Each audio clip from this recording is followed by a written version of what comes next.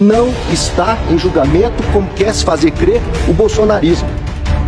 Não se está a arbitrar uma disputa sangrenta, imaginária, entre a civilização e a barbárie. Não está em julgamento, mesmo porque o Tribunal Superior Eleitoral é um tribunal, não é um parlamento, não é um colégio eleitoral. Não está em julgamento, portanto, aqui, nesse processo, a validade, por exemplo, de um processo de direita para a vida política da nação. Nada disso está em julgamento, não pode ser assim. Está em julgamento a reunião com os embaixadores, a vida muito antes do início do período eleitoral e das eleições, em julho de 2022. O presidente Bolsonaro já foi multado. Representações, não AGES, representações do PT, do PCdoB, do Ministério Público Eleitoral e do próprio PDT, sobre os eventos, sobre a reunião com os embaixadores. Em julgamento conjunto, o tribunal inclusive aplicou a multa de R$20 mil. Uma reunião com embaixadores é uma reunião com embaixadores. Isso não traduz uma base fática suscetível de apuração em ação de investigação judicial eleitoral.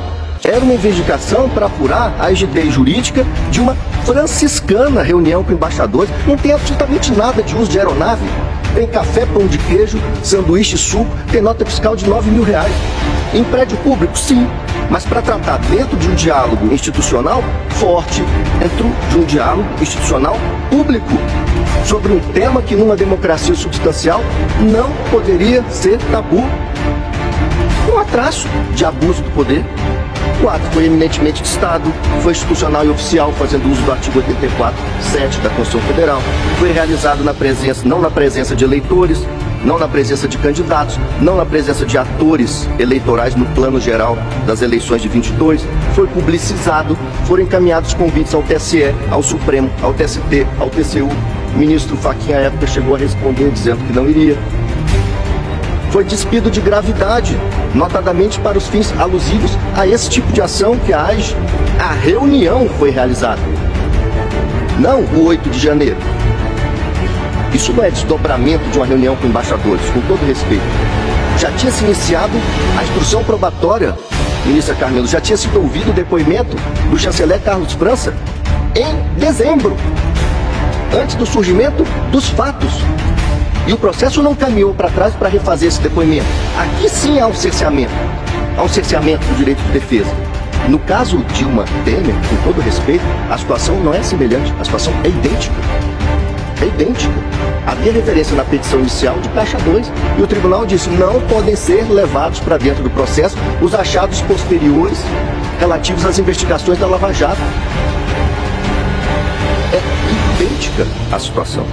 E se disse naquela ocasião: na presente ação serão apreciadas as provas produzidas até a estabilização da demanda.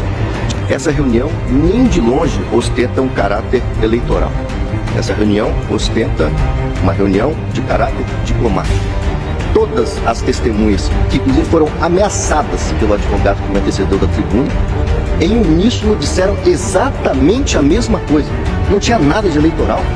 No evento eleitoral ia ser convidado o ministro-presidente do TSE. O evento eleitoral que não tem nenhum candidato a vice do pré-candidato, não tem nenhum político, não tem um candidato a nada. Assim como é fantasiosa a inicial, é fantasiosa a narrativa oral que acabei de ouvir.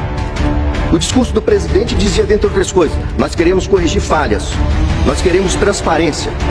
A autora, com todo respeito, sem nenhum pudor, junta esse documento apócrifo, impertinente, sem qualquer conexão com a lide.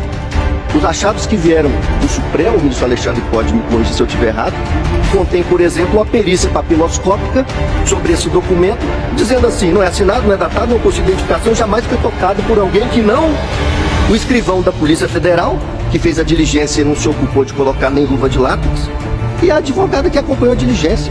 São as duas digitais que estão nesse documento, que nem merece o nome de documento, porque não é identificado, não é datado. Chegaram a dizer: Tarcísio, você tem participação? Não, tem até erros de português nisso, caminho.